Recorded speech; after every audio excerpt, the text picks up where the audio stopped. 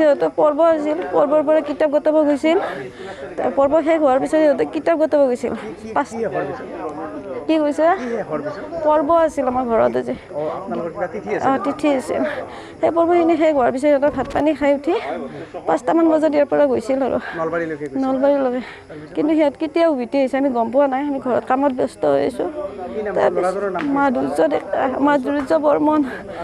ছোৱালীটোৰ নাম মৃদুমিত্ৰা ডেকা হয় তাৰপিছত আমি ঘৰত থাকোঁতে আমি ঘৰত ভাত পানী বনোৱাৰ কথা পাতি থাকোঁতে কোনোবা আমাক কৈছে বাবুৰ এক্সিডেণ্ট হৈছে আমি দৌৰি যাই দেখা পাইছোঁ বাবু আৰু পৃথিৱীত নাই মোৰ ভাগিন হয় আঘাতৰ চিন আছে বাবুৰ হয় দুইজনৰে ছোৱালীজনৰ ইয়াত ল'ৰাজনৰ ইয়াত আৰু পিঠিত আছে চোলা তোলা ফালি দিছে চোলা তোলা গোটেই ভাল আছে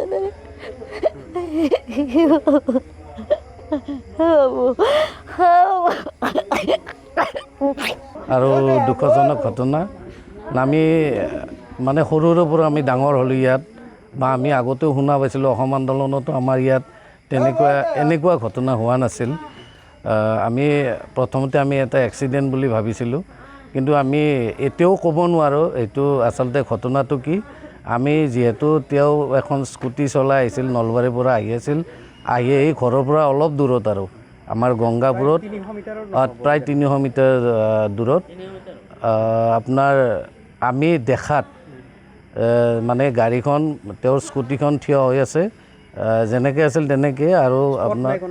কোনো ধৰণৰ গাড়ীত স্পট নাই কিন্তু তেওঁৰ আমি বডিত গোটেই তেজেৰে লুতুৰি পুতুৰি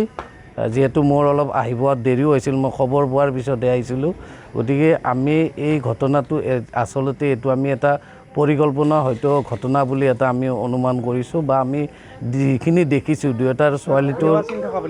হয় হয় এনেকুৱা মই শুনিছোঁ মই একদম মানে একজেক্টলি তেজেৰে লুতুৰি পুতুৰি হৈছিলতো ভালকৈ ধৰিব পৰা নাই দেখাৰ পিছত মোৰ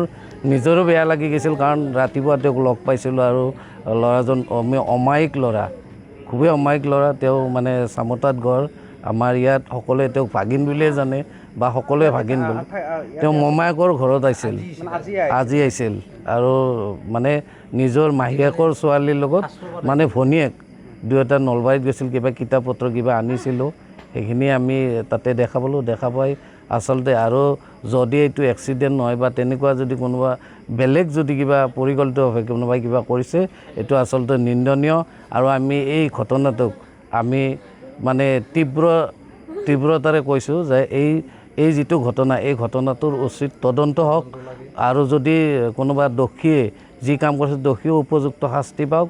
কিন্তু মই এতিয়াও কওঁ কথাখিনি আমি ভালকৈ ধৰিব পৰা নাই যদি ছোৱালীজনী কৈছে যদিও তাৰমানে ভালকৈ আমি শুনা পোৱা নাই আৰু তেওঁৰ মোবাইল আছিল দুয়োটা মোবাইল আছে মোবাইলত যদি কিবা তেনেকুৱা কিবা কথা বতৰা থকা বুলি অলপ শুনিছোঁ আৰু যিহেতু এক্সিডেণ্ট হ'লে গাড়ীখন থিয় হৈ আছে গাড়ীখনত কোনো স্পট নাই আৰু তেওঁৰ বেগটোত গাড়ীখনত তেজ পৰি আছে আৰু কাষত মানুহ আছিলে আপোনাৰ মানুহ এঘৰ আছিল মানুহ ঘৰৰ কোনো ধৰণৰ শব্দ শুনা নাছিল ৰাস্তাত পৰি থকাৰ পিছত অহা যোৱা কৰা ৰাস্তাৰ ব্যক্তিয়ে দেখাৰ পোৱাৰ পিছতে এই ঘটনাটো মানে বহলভাৱে প্ৰচাৰ হৈছে আৰু আৰক্ষী বহুত দেৰিকৈ আহিছে আচলতে আৰক্ষীক আমি লগে লগে খবৰো দিয়া হোৱা নাছিল মুকালমা থানাৰ পৰা আহিছে এম্বুলেঞ্চো আহিছে কিন্তু বহুত দেৰি হৈছে এম্বুলেঞ্চটো হয়তো আমি খবৰ দিলে নে দিয়া নাই মই যিহেতু খবৰ দিয়া নাই মই তেনেকৈ ক'বও নোৱাৰিম ব্যক্তিগত মানে ছোৱালীজনীক মৃদুমুদ্ৰা তেওঁ অমায়িক ছোৱালী তেওঁ যোৱাৰ নৱৰ বিদ্যালয়ত পঢ়ি আছে এইবাৰ HS ছেকেণ্ড ইয়াৰ আৰু ল'ৰাজনে তেওঁ খুব ভাল পঢ়া ইডেন ভেলীত পঢ়িছিল তেওঁৰ মাকো ইডেন ভেলীত কৰ্মৰত গতিকে তেওঁ এজন অমায়িক ল'ৰা ভালদৰে পঢ়া শুনা আৰু সামাজিকভাৱে তেওঁৰ যিখিনি আমি দেখিছোঁ ইয়াতে তেওঁ বহুতেই অমায়িক ল'ৰা বহুত ভাল ল'ৰা আৰু তেনেকুৱা এজন ল'ৰা আজি এনেকুৱা দুৰ্ঘটনাৰ সন্মুখীন হ'ল আচলতে ক'বলৈ ভাষা নাই গতিকে এই ঘটনাক আমি তীব্ৰভাৱে গৰিহণা দিছোঁ যে দোষীৰ উচিত তদন্ত হ'ব লাগে আপুনি বিচৰা বাতৰি পাব কেৱল নিউজ 18 এপত নিউজ 18 এপ ডাউনলোড কৰিবলৈ স্কেন কৰক এই QR কোড। গুগল প্লে ষ্টৰতো পাব এই নিউজ 18 এপ।